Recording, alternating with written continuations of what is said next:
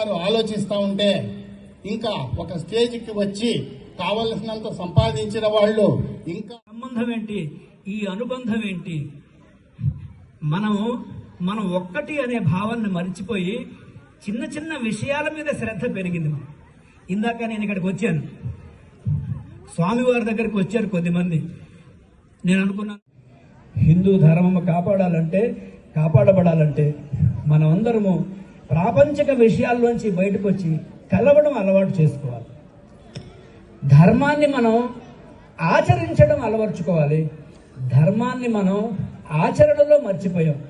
100 సంవత్సరాల క్రితము రాష్ట్రీయ స్వయం సేవక సంఘం అనే సంస్థ ఈ ఉద్దేశ్యాల కోసమే ప్రారంభమైంది.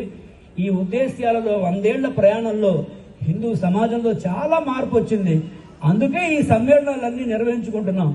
రాబోయే 25 ఏళ్లలో మరింత వేగవంతంగా ముందుకెళ్లాలని పూజ్య స్వస్వరూపానంద స్వామి వారి పాదపద్మాలకు నమస్కరిస్తూ, మరియు విజయాదిత్య గారు, మన ఇక పురుషోత్తం గారు, పివిఎస్ లక్ష్మి గారు, మౌనిక అమ్మగారు, వీరందరికీ కూడా హృదయ